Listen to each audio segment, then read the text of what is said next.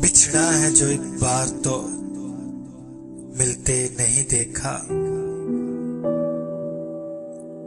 इस जख्म को हमने कभी सिलते नहीं देखा।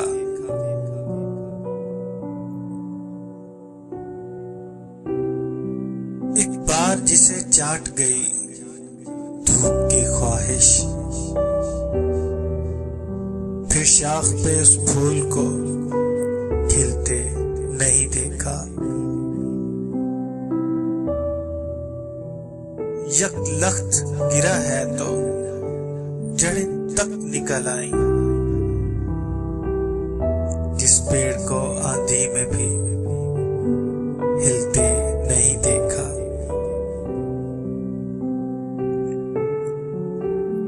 कांटों में घिरे फूल को चुमाएगी लेकिन तितली के परों को कभी छिलते नहीं देखा। और आखिर में एक सादा सी बात और एक नसीहत।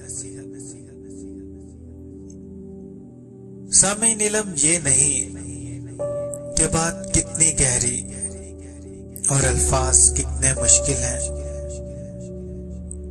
इल्म ये है कि बात कितनी जरूरी है और अल्फाज कितने सादा और दुरुस्त हैं। बहुत शुक्रिया। अल्लाह निगहबान।